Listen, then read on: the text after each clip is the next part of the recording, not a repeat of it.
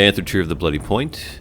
Okay, episode 2 of our new series, Shop Talk, where we discuss various Encore cards and tactics and strategies in general. Today we're looking at Jahn's Tactical Provisioner. Stand together. Which is a new card from the Aftermath expansion pack. I've showcased this card in other videos, and today I want to focus on a particular use case that I had recently, which is pretty much optimal for this card. Basically won the match using this one card only. How this card plays really depends on your opponent, and in this example my opponent allowed me to do what I did, but irrespective of that, the card is still quite good. It's interesting in that the devs named this Jahn's Tactical Provisioner, kind of like telling us, wink wink, that this card is meant to work really well in a Jahn Paragon deck, and it definitely does. I'll link to a video where I do that. But in this one I'm using the Workshop, and I like Workshop for my particular strategy because it allows me to be dynamic in deciding if I need a defender, an armed unit, or damage to clear an enemy unit at the end of my turn.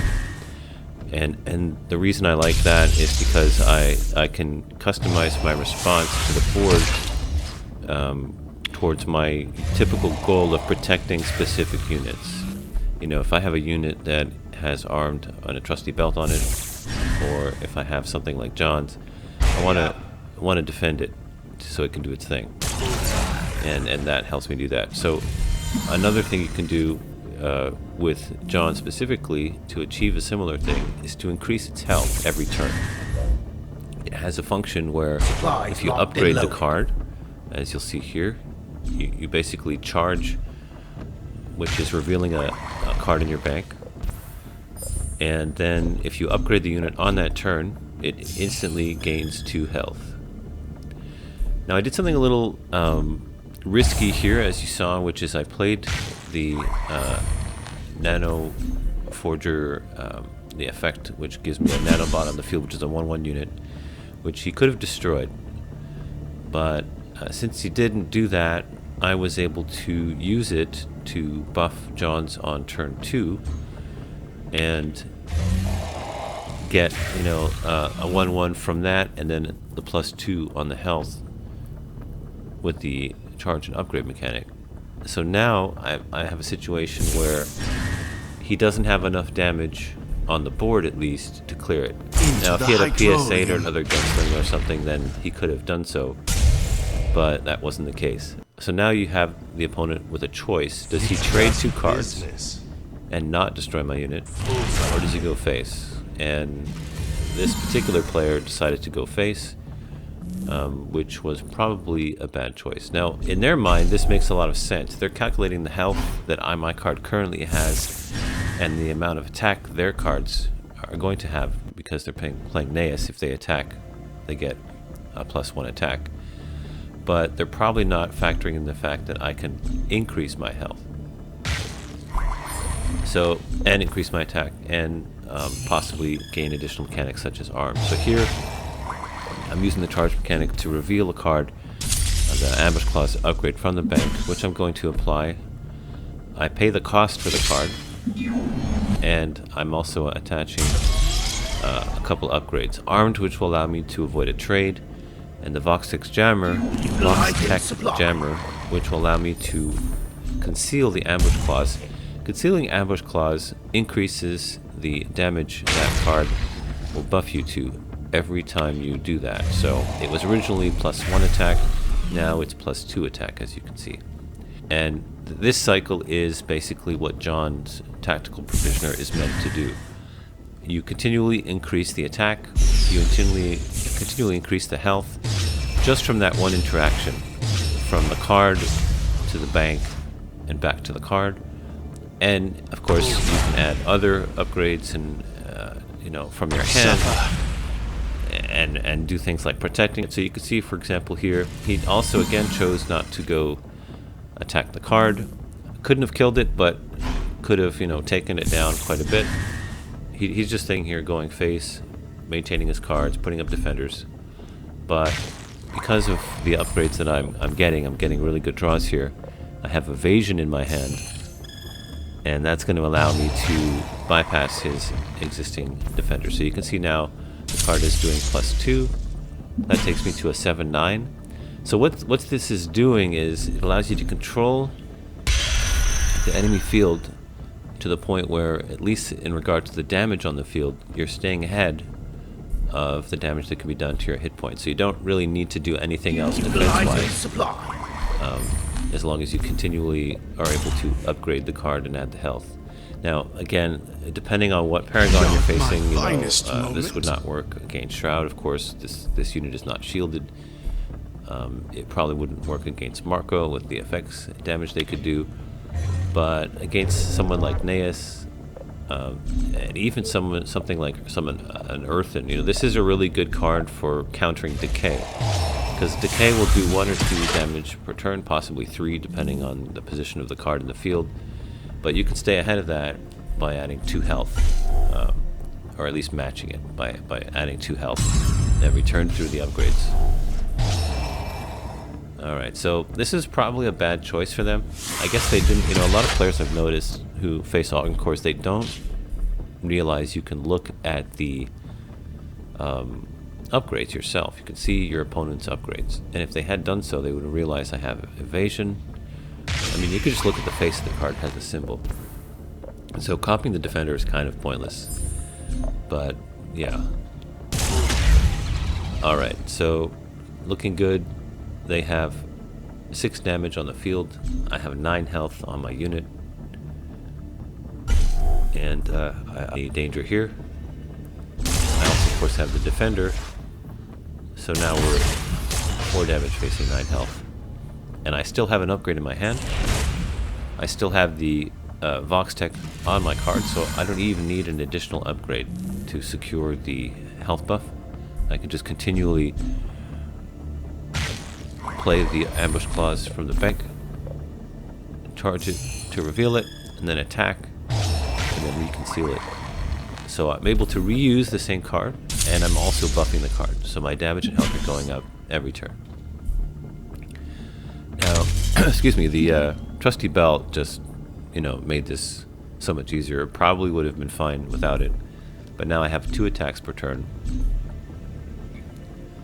and I could really just have, you know, ignored the units on the board here, but since I get 2 attacks, just a scratch. I just take it out for free, essentially. Now that's a juggernaut. Now, interestingly, if this just a scratch, the card that I have in my hand, which can destroy any card in the field that's 2 cost or less, this lovely, glorious unit would disappear. Note the 11 health, 11 attack on that card. I love that. Okay, that's the screenshot. That's gonna be the thumbnail. We stand as one. So yeah, I got very lucky. So this is like a very optimal case.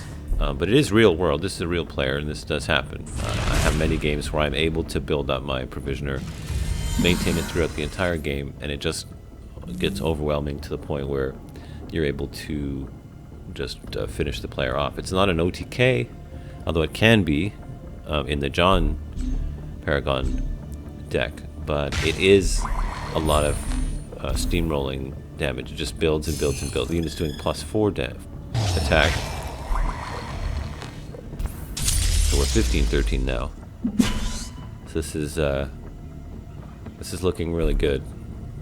Again, concealing it. Next time I attach it, it's going to be +5, and then I can go face. So this is John's tactical provisioner. It's a really good scratch. I think nothing more. Like a lot of the cards in Aftermath, now that's a juggernaut. It does specifically help Augen Core in addressing some of its weaknesses. I've mentioned this many times, but the issue of having to have upgrades and units in your hand, and that becomes a problem. You can run out of space, or run out of cards. But by using ambush clause from the bank, and using John's health mechanic, you're just constantly buffing your card using a card in your bank that doesn't have to take up space in your hand. And it's also safe in the bank, generally speaking, as opposed to it being in your hand where it could be taken. So I now have the upgrade in my hand, which will give me +1 health and attack for every upgrade that I have. Given the number of upgrades I have on the Provisioner, that's going to be pretty sweet. I even have enough energy in my hand. I can add an additional upgrade from adding the card from our previous episode, the OSS. But yeah, I recognize this is an optimal case. It's very rare that you can just have one card survive. I think this is the second card I played. I played the Nanobot Forger card There's humility and surrender. Unfortunately, I don't get to see the big numbers from by lessons attaching learned. the upgrade, but yeah, there you go. So this is the John's Tactical Provisioner card. Our machines march on. It's quite a good card. One of the best ones, I think, from Aftermath for Augencore, especially when paired with the Nanobot Forger and Ambush Claws. And we'll take a look at where it sits currently in the marketplace in terms of its value. But let's have a look at the card itself. You know, this is Aftermath, as I said, and this card is not currently able to be echoed, but I think the Aftermath echo functionality is coming at some point soon. They have mentioned it, so I know that they're planning on it. Obviously, I don't know exactly how long it took for the previous expansion, the Planetfall cards, how long it took for those to be echoable or replicatable, but presumably it would be about the same amount of time, or perhaps even shorter. I know they did improve the delay on certain functions in relation to the expansion packs following the Planetfall experience, and then in Aftermath, some of those things were shorter. They were easier, took less time. So I imagine that would be the same. But yes, for now it can't be echoed, but you can buy it. So here we have a look at the stats. It is a 2 cost, 2 health, 2 attack unit, common card from Aftermath. And it also has salvage, which is another cue aside from the name, you know, the name, having John in the name, that it has salvage. It really works well with John's, the Jahn Paragon. Just imagine you have +2 salvage. You're able to, since you're just repeatedly putting upgrades on this through the mechanic, you're going to be able to salvage multiple of those. It could get out of control pretty quickly. So that's a pretty cool thing. So yeah, you can see it can't be replicated yet. This card doesn't have any, any presence on the marketplace, on the Sanctuary marketplace. You can see there's plenty of cards, but none of the Johns. But you can find it on OpenSea. In fact, it's shockingly inexpensive on OpenSea.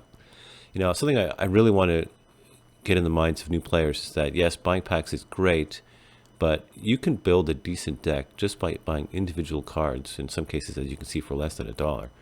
I mean, that's bananas. But yeah. So yes, John's Tactical Provisioner. Love the card. I hope you guys love it as well. Thanks as always for watching. More content coming soon. And see you in the next one. Take it easy.